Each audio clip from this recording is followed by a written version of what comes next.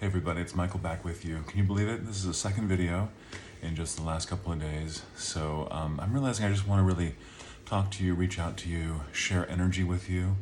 These recordings and videos that are coming up are sometimes going to be me talking. They're sometimes going to be energy clearing work and sometimes a mixture of both.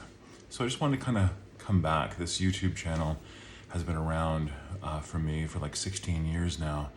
But I just want to come back to the beginning. I've changed, I've evolved, I've grown. My style and my approach has changed in that time. So I focus now on something I call karma clearing. And that word karma is, of course, very popular, very known. But what exactly does it mean in the way I'm using it? The word karma actually means action in Sanskrit. So people think, if I do this certain thing, that creates karma. And that's one way of understanding it. My way of understanding it is that it's not so much about what we do, it's about the energy that we bring to what we do, and it's about the energy that we take from what we do, or the energy that we take from what is done to us. That's what I call karma, or I call sometimes the karma the energy, the programming that needs to be transmuted, healed, released, forgiven over the course of time. When we talk about karma, we often talk about something I'm holding right now that I feel like, oh, that's karmic. That's a karmic situation, a karmic relationship. What we mean is that there's some sort of predecessor to it in our soul experience, maybe not from this lifetime. Maybe it's not even from our past lives at all. It's from our ancestors. And we are dealing with the aftermath of that, even if we don't know what the originating circumstance or situation was. So it's not so much what happened, right? It's the energy that has not been fully released, resolved, cleared. You could use the word forgiven. Even if we don't know what that energy is, and that's what makes it harder to clear karma sometimes, is that we can tell the results of it in our life experiences. We don't always know what caused it in the first place. So I found this to be very, very interesting to work on. Sources of karma really could be our own life, our thinking, actions, feeling, the ways that we create, the ways in which we hold. We could look at that from birth till now. If you're a little bit more open to the idea, you could look at it from conception in your own life, in your mother's womb, to now. If you're a little bit more open or willing to talk about it than that, you could talk about past lives. Some people think we have a couple dozen, a couple hundred, a couple thousand. A teacher of mine seemed to channel himself that there was a limit for human beings of somewhere in the neighborhood of 300,000 or 400,000 lifetimes. It depends on how you quantify a lifetime. I'm not going to tell someone that they're right or wrong about that. I think the idea there is that there's something larger that's affecting us than simply our own conscious remembrance of what has happened in our life from birth till now. For some people, that's easier to understand in terms of ancestry. Most traditions, even very conservative traditions, have the idea of family karma or inherited karma. This means that something that was done by or to your ancestors may be affecting you now. And again, I will say that my perspective on that is that, yes, that's true, but it's not necessarily the action in and of itself. It's what is carried over, what is held. Sometimes we can have something happen to us, or we have something that we have done purposely in a mean-spirited way, an angry way, or something to us, something unconscious. And we, as we develop our human capacities and our spiritual capacities for forgiveness and for letting go and releasing, we may be able to release and process that through. And that's kind of what all healing techniques and therapies are all about. How do we let go, process in an authentic way what we have done and we're holding it against ourselves still, or what others have done to us? This is what I call ancestral karma, the stuff that has not been able to be processed by our ancestors gets passed down to us. We're actually discovering this more and more in animal studies, that you can see animals like mice, where the generations happen really quickly, where there's some sort of trauma. I know this does not sound like a great idea to do this, but the information they found is that, yes, 4, 5, 6 generations, when something happens to an ancestor, even though the descendant, the offspring, 5, 6, 7 generations later, doesn't know that ancestor, doesn't know what the trauma was, it can be represented in changes in behavior, attitude, just those external signs, even in my studies. And so intuitively we can tell this is something that is going on. I love studying my family tree, learning more about my ancestors, and I can see more from a perspective of greater understanding of myself, and also greater understanding of an appreciation for what my ancestors went through. And boy, that must have been challenging. What little I know about 4 or 5 generations ago must have been so challenging to go through.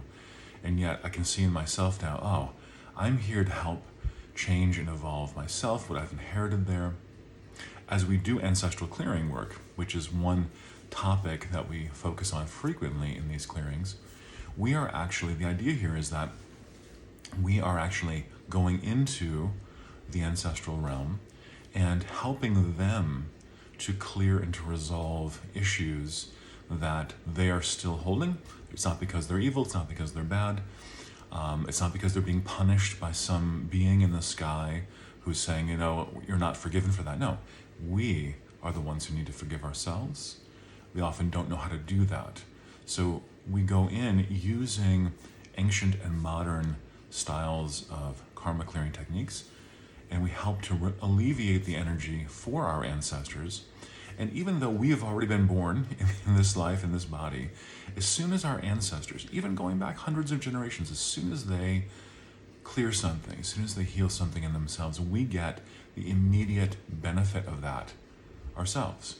I have found through my intuitive guidance, if you had to compare and contrast our personal karma, that's stuff we've created in this life, in our past lives, versus what we've inherited from our ancestors, that in some cases, 99% of the blocks or problems that are spiritual in nature, unresolved karma, I'm using that term again, are actually coming from our ancestors, not even from our own personal past lives. So some people, past lives just doesn't work for them. That's totally fine. I'm never trying to convert someone to a certain belief system.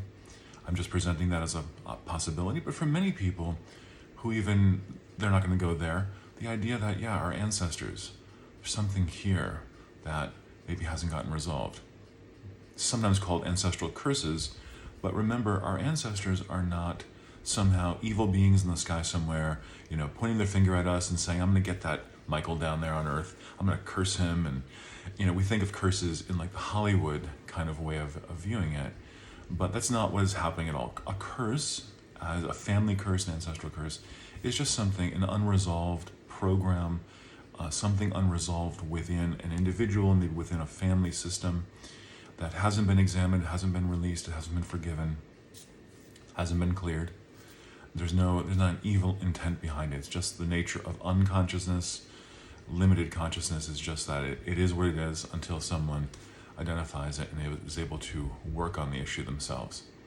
So beyond this, this may be already overwhelming what I'm talking about, but in our clearings, we also focus on non-biological ancestry. If you've done some of my clearings, you've heard me talk about this. This occurred to me as something kind of obvious. People ask me all the time, well, okay, there's my parents, I know I'm related to them, or even if I didn't know them, or even if they've passed away, I'm related to them somehow. But what about if I have like a step-parent? What about if I've been adopted? What about these other scenarios? Do I deal with their karma also? And my answer to that is yes, because they're part of your non-biological ancestry.